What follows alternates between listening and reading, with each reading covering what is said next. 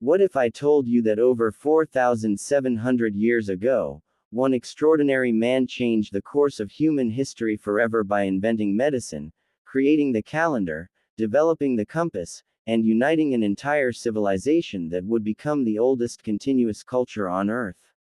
This isn't science fiction or a superhero movie, this is the incredible true story of the Yellow Emperor, known as Huangdi in Chinese, whose legacy is so powerful that over 1.4 billion people today still consider themselves his descendants.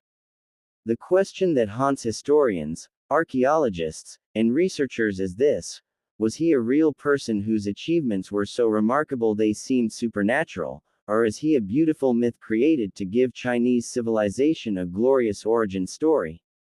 The answer, as we're discovering through modern archaeology and historical research, might be even more fascinating than either extreme, and by the end of this story, you'll understand why this ancient ruler's influence is still shaping our world today in ways you never imagined.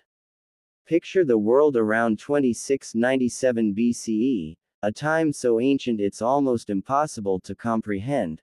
The Great Pyramids of Egypt haven't been constructed yet, Stonehenge is still centuries away from being built, and most of humanity lives in small, scattered tribes struggling to survive.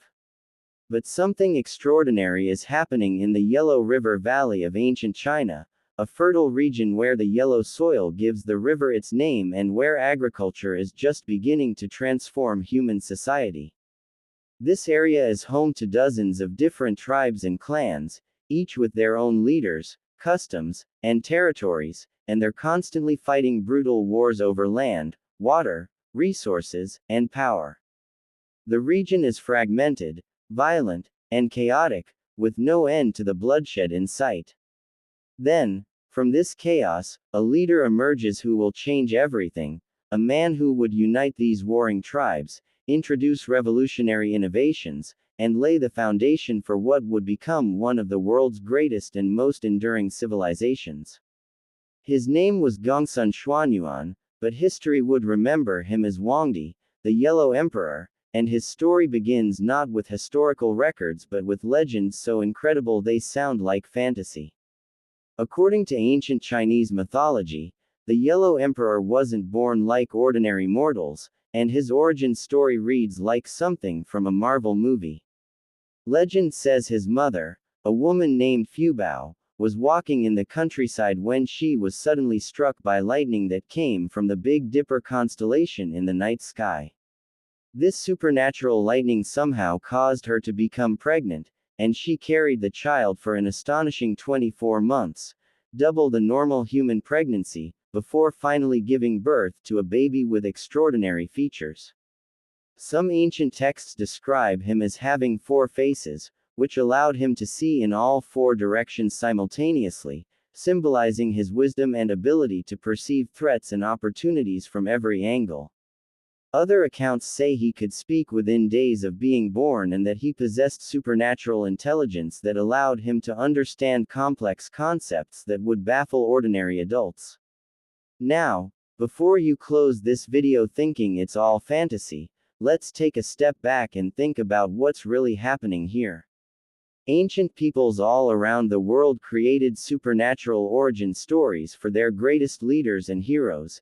It was a way to legitimize their rule, inspire their followers, and explain achievements that seemed impossible by normal human standards. The lightning strike might symbolize divine approval or an unusual celestial event that occurred around his birth. The 4 faces likely represent his wisdom and strategic thinking rather than literal physical features. The extended pregnancy might simply mean that his rise to power took longer than expected or that his mother came from a different calendrical tradition. Beneath all this mythology, historians and archaeologists believe there's a kernel of historical truth waiting to be uncovered, and modern discoveries are bringing us closer to understanding what really happened all those millennia ago. What we can piece together from ancient texts, archaeological evidence, and historical research is this: around 2700 BCE, the Yellow River Valley was indeed home to numerous Neolithic tribes and settlements that had developed agriculture, pottery, and basic social structures. These groups were technologically advanced for their time, but they were politically fragmented and constantly engaged in warfare over resources and territory. Into this violent world came a young leader from the Gongsun tribe who possessed extraordinary charisma, military genius, and visionary thinking. This man, who would become the Yellow Emperor, began the monumental task of uniting these fractious tribes through a combination of military conquest, diplomatic marriages, strategic alliances, and the sheer force of his personality and ideas. But his greatest achievement wasn't just winning battles and subduing enemies, it was his vision of what could be built once the fighting stopped. He understood something that many conquerors throughout history have failed to grasp, that true power comes not from dominating others but from creating a system where everyone benefits from cooperation and unity. This philosophy would become central to Chinese civilization and help explain why it has endured for so long when so many other ancient cultures have disappeared into the dust of history. Every great hero needs a worthy adversary, and the Yellow Emperor found his in the form of Kai Yu, a fierce and powerful tribal leader who controlled vast territories and commanded formidable armies. Ancient texts describe Kai Yu as a terrifying figure with bronze skin, horns protruding from his head, and the supernatural ability to summon thick fog and control weather patterns to confuse and defeat his enemies on the battlefield. Now, before we dismiss this as pure fantasy, think about what these descriptions might really mean. Kai Yu's bronze head probably refers to bronze armor or helmets that his warriors wore, which would have been cutting-edge military technology at the time and might have seemed almost supernatural to enemies who only had stone weapons. His ability to control weather might refer to advanced knowledge of seasonal patterns and tactical use of natural fog or smoke screens during battle. The horns might have been ceremonial headgear or symbolic decorations that made him look fierce and intimidating. Whatever the literal truth, Kai Yu was clearly a formidable opponent who controlled significant territories and commanded the loyalty of many tribes. The decisive confrontation between these two great leaders took place at Zhuolu, a location that would become legendary in Chinese history as the battle that determined the future of the entire civilization. The Battle of Zhuolu, according to ancient accounts, was apocalyptic in scale, involving tens of thousands of warriors and lasting for days or even weeks. Kai Yu's forces had a significant tactical advantage because they could use fog, whether naturally occurring or artificially created through smoke, to disorient and confuse the Yellow Emperor's army, causing chaos in his ranks and making coordinated military maneuvers impossible. The Yellow Emperor's forces were on the verge of defeat, and it seemed that Kai Yu would emerge victorious and continue his brutal rule over the fragmented tribes. But this is where the Yellow Emperor's genius truly shone through, demonstrating why he would be remembered as not just a warrior but an innovator who understood that technology and intelligence could overcome brute force. He and his advisors invented, or at least his people invented, the south-pointing chariot, a mechanical device that used differential gears to keep a pointer aimed south regardless of which direction the chariot turned. This was essentially an early form of compass that allowed his troops to maintain their orientation and coordinate their movements even when visibility was reduced to just a few feet in the thick fog. With this technological advantage, the Yellow Emperor's forces could navigate through the fog while Kai Yu's army became disorganized and confused. The tide of battle turned dramatically, Kai Yu was defeated and killed, and the Yellow Emperor's path to unifying all the tribes under his rule was secured. What's remarkable about this story isn't just the military victory, it's what it represents as a foundational myth for Chinese civilization: the triumph of innovation and intelligence over brute force and chaos, the power of technology to change the course of history, and the importance of solving problems through creativity rather than just throwing more soldiers at them. After securing military victory and political unity, the Yellow Emperor didn't just sit back on his throne and enjoy his power like so many conquerors throughout history have done. Instead, He initiated what can only be described as a golden age of innovation, invention, and cultural development that would make even modern Silicon Valley entrepreneurs jealous. The list of inventions and innovations attributed to the Yellow Emperor and his court is absolutely staggering and almost unbelievable in its scope. Let's start with the Chinese calendar, one of the most sophisticated timekeeping systems ever developed. The Yellow Emperor's astronomers created a complex lunar-solar calendar that could predict seasonal changes, eclipses, and agricultural cycles with remarkable accuracy, which wasn't just about marking time but revolutionized agriculture by allowing farmers to plant and harvest at optimal times, leading to food surpluses, population growth, and the resources necessary to build a complex civilization. Then there's Chinese medicine, one of the Yellow Emperor's most enduring legacies. The Huangdi Neijing, or Yellow Emperor's Inner Canon, is one of the foundational texts of traditional Chinese medicine and is attributed to conversations between the emperor and his physician. Whether he actually wrote it is highly debatable since the text was probably compiled centuries or even millennia later, but the systematic approach to understanding health, the concept of qi or life energy flowing through the body, the practice of acupuncture using needles to stimulate specific points, and the emphasis on preventing disease rather than just treating symptoms all trace their philosophical origins to his era. And here's what's really incredible. Modern scientific research is actually validating some of these ancient medical practices that were developed 4,700 years ago. Acupuncture, for instance, has been shown through controlled studies to have real therapeutic effects for conditions like chronic pain, nausea, and migraines, though scientists are still debating exactly how it works. The holistic approach to health that considers diet, exercise, mental state, and environmental factors is now recognized as superior to just treating isolated symptoms, which is exactly what the Yellow Emperor's medical philosophy emphasized. The innovations attributed to the Yellow Emperor's reign just keep coming, and the list reads like a catalog of everything necessary to build a civilization from scratch. His people developed techniques for drilling deep wells to access groundwater, which allowed settlements to be built in areas without natural springs or rivers. They built boats for navigating rivers, which revolutionized trade and communication between distant communities. They developed early forms of Chinese writing or at least standardized the symbolic systems that would eventually evolve into Chinese characters, giving the civilization a way to record knowledge, history, and administrative information. They discovered how to cultivate silkworms and weave silk fabric, which would eventually become one of China's most valuable exports and give rise to the Silk Road trade routes. They created musical instruments and established theories of music based on mathematical principles. They developed architectural techniques for building more permanent and sophisticated structures. They established systems of weights and measures to facilitate trade. They created the foundations of governmental administration, including ministries responsible for different aspects of running a large, complex society.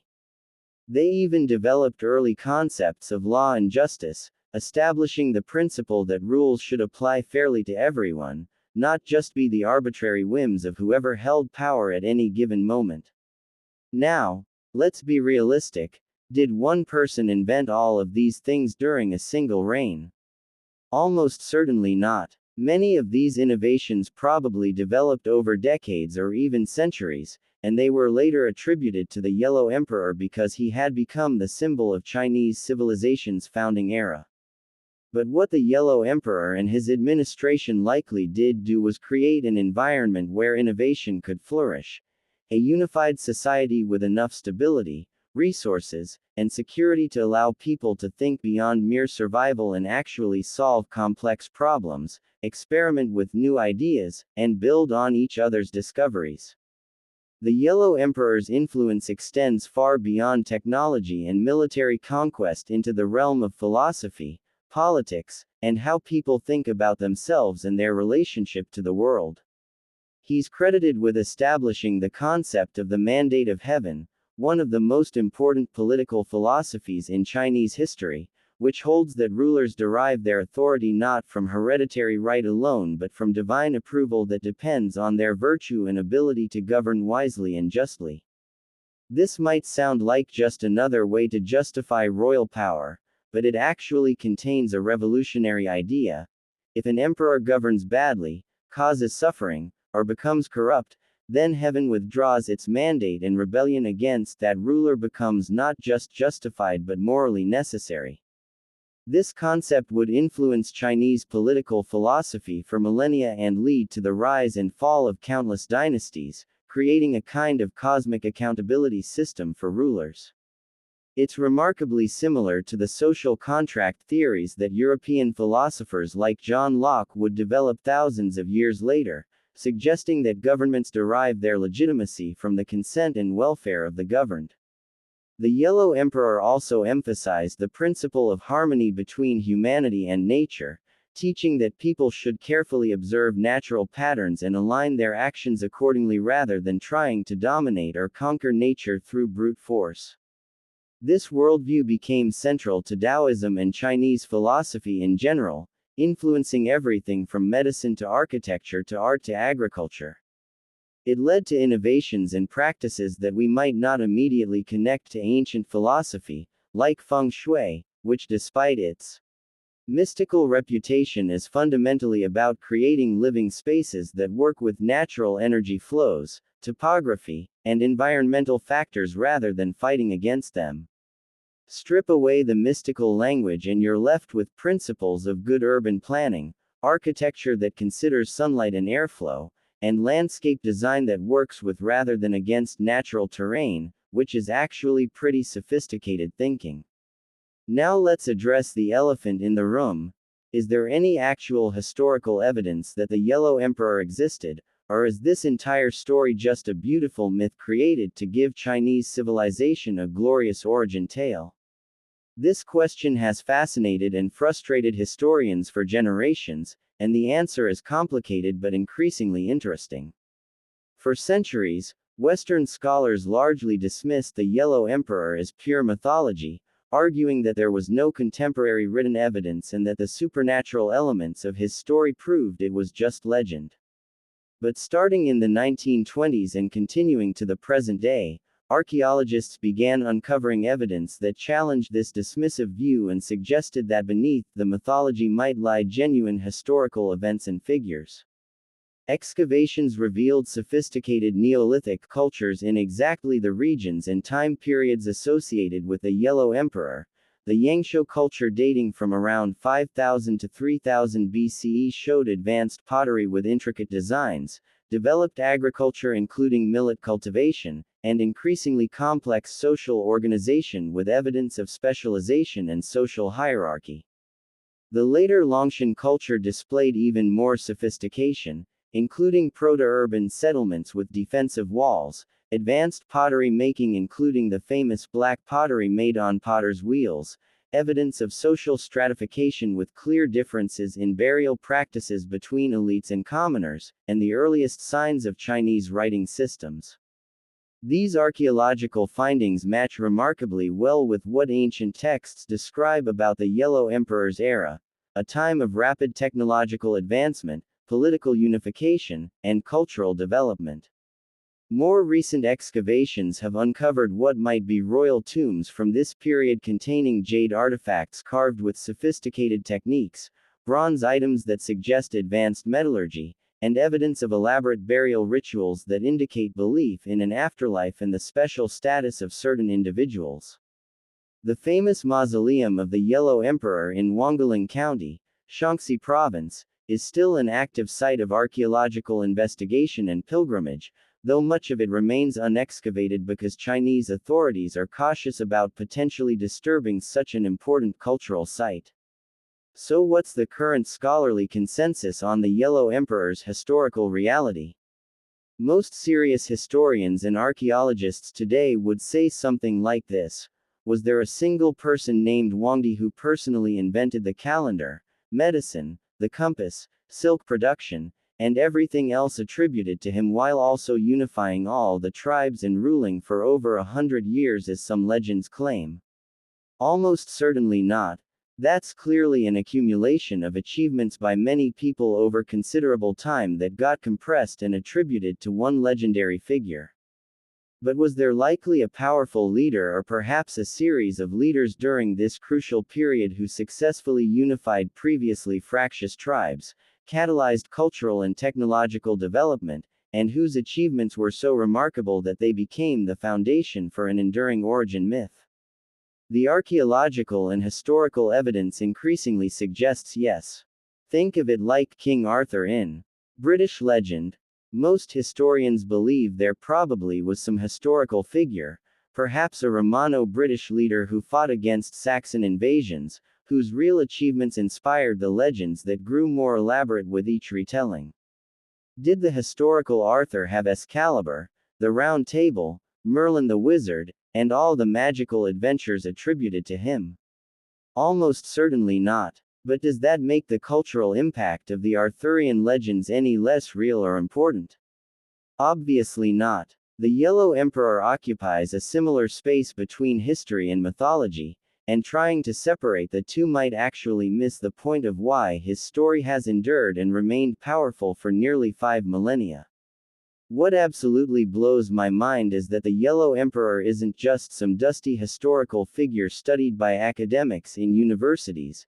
His influence is alive, thriving, and actively shaping modern life for billions of people around the world today.